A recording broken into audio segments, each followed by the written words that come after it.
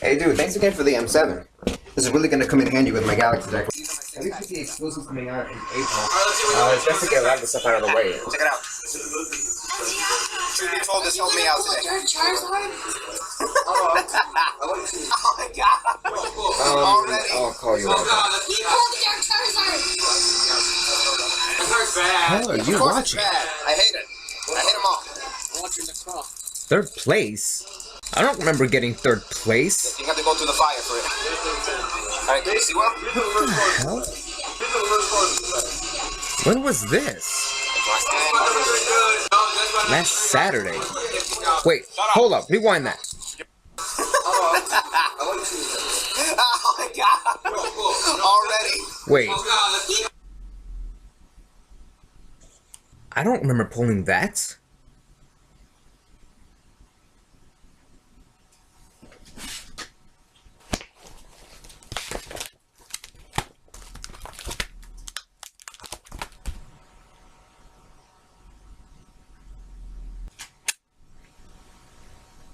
How did I get those packs? I don't remember being at locals. I don't remember getting third place. What deck was I even running?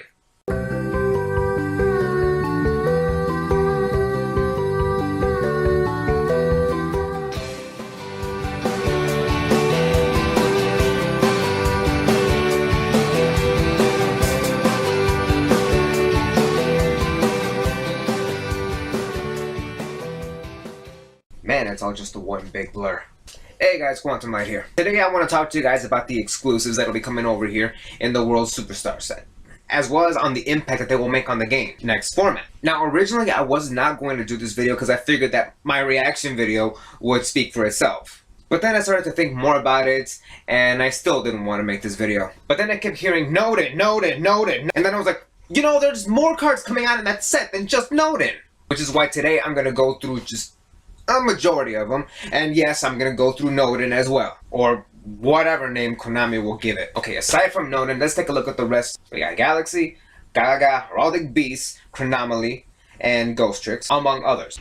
Well, the exclusives, they'll be relevant to an extent. Okay, so Star Seraphs are getting their own support in the form of furniture. This right here is an engine that will be splashed into almost any deck. Talonite are the ones that are going to be using it the most. This right here is all the more reason, 3 more reasons, to run that Veiler, Light Imprisoning Mirror, as well as the Pulling the Rugs. And given how good they are, seeing as how they're the type of deck that just come and goes, whether it tops or it doesn't, it still sees a whole lot of play. So because of that, these Star Seraphs are going to boost the deck a whole lot more. The fact that it's an engine seems to be a lot more fun. So with these, it'll be a lot more easier to side against them. Next, the Gagagas. What I think Gagagas could actually do is, whoever is running the deck actually right now, even with Sister coming into play, let's take a look at some of the cards that will be seeing some play as opposed to no play right now.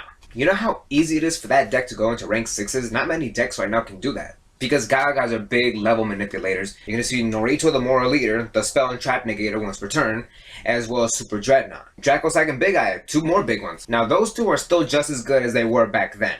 And by back then, I mean like last year. Of all the exclusives that I seem to be talking about here, it's Chronomalies that seem to be the more competitive ones. I remember last year when everybody was so freaked out about Neverdisc. But it wasn't even Neverdisc that made Chronomalies broken, it was the artifacts. But with Mortal Tech to 1, the artifact engine doesn't really seem to be worth it anymore. Even so, they still seem to be more in favor here as far as, you know, competitive wise. They can still work without the artifacts. So Nebra Disc should be enough, alright?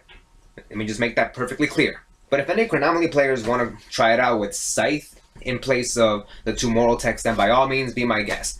Now, Chronomalies might be seen as the more competitive ones, as I just said, but Galaxy is what takes the popular vote. Galaxy Soldier is an engine on its own because he can search himself out. Cloud Dragon makes Sanctuary look like trash. The Photon Stream of Destruction, in my honest opinion, is still outclassed by Forbidden Lands. Maybe it was good that they were in the OCG first, because that's the only way we're ever going to see if they're any good or not over here. Yes, it's obvious that they're good, but what is not obvious is how good they are. Right now, they're good for completing these rogue decks that have been not seeing any play at all, that have only been seeing play on YGOPRO. Except for the fact that Noden obviously fucked that whole thing up. Which brings me to one of the main points of the video, is that, guys, these decks are finally going to be complete. Like, this is the final support. The only place that we can go from here is, you know, more outside support. A new engine of sorts, maybe even support from another deck that could help it out. But no, everyone lost their shit because of Nodin. It's gotten so crazy to the point where Nodin's TCG price has skyrocketed from here to high fucking heaven. And it's not even out yet! Okay, so there's also some more things floating around here, is that these lower tier decks are getting an extra boost because of these new cards. And all I could think of is, yeah, you're right, they are. And apparently that's a bad thing. And all I could say to myself is, how? Why is the bigger question here? Why is it even bad? Okay, so for anyone that does think this way, that all these lower tier decks are going to become a big problem, like, you know, World War III, and you guys are not seeing the bigger picture here. I mean, so what if these lower tier decks see a big rise in play? Okay, suppose that's true. Here's a follow-up question. What's to worry? These decks are still just as fragile as they were before these exclusives even came to existence. If anything, to me, it seems more like a good thing. No, not because of Galaxy Soldier. Okay, you guys already know I'm a big Galaxy player, but it has nothing to do with that. It's a good thing because if you really think about it, it brings more diversity to the game. Think about this. Do you really want to go to locals or any big event and just face, you know, the big 3 or 4? Yeah, I didn't think so. You know why? Because that's boring. You know how many people quit this game per format? When all they face is just Shadal, or when all they face is just Tellarknights, or when, like me, when all you face is just Cleavefords, then that becomes a problem. I get that's part of the game. Not everyone plays the same deck, but even I'd be tempted to quit the game if all I faced was the same every weekend when I go to locals. I doubt any of these decks are going to see that big a rise in play, but this is something that these decks have been crying for. These are the decks that have been asking for support for years now. Cleavefords do not need any more support, but they got it anyway. No one is complaining about that. Knight's got more support, no one asked for that either. Burning Abyss is still getting more support, like that wasn't broken enough already. You know, you gotta change it every once in a while and mix it up, otherwise you're gonna have a John Cena of a format. Game even. Okay, let's take Volcanics for example. They haven't had new support in almost a decade. And after Secrets of Eternity, thanks to Secrets of Eternity, gave them Reload. And because of that, saw some fair play, and they topped a few times. So they're doing good right now.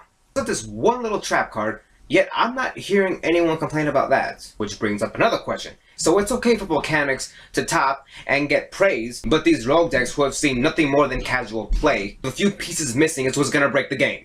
Nodin breaks the game because, as it's been said by everybody already, that card goes in every deck. Just like the Artifact engine, just like the Tour Guide engine, just like the Hands, and just like all those engines, they're all gonna be used up, overhyped, and overexposed to the point where it's gonna fade into irrelevance. Whereas at some point it's gonna get hit to 1. Either that, or some part of it is gonna get hit to 1. Let's just be glad that all of us who've been waiting for these cards to come here for so long, ironically it hasn't even been a full year yet, can finally at least have a taste of competitive blood. And besides, majority of these exclusives are light and dark. We faced light and dark before. It's nothing a little Effect Veiler, Shadow Imprisoning Mirror, and Light Imprisoning Mirror cannot handle. If you can deal with both light and dark, these decks should be no problem. Overall, exclusives, good. Nodin, bad. Ugh. Better stock up on those instant fusions as well as those Veilers if you don't want that thing going off. But then again, I'm not a fortune teller. I can't tell what the next format is going to be, even after these cards become TCG legal. Are any of these decks going to see any competitive play? Maybe.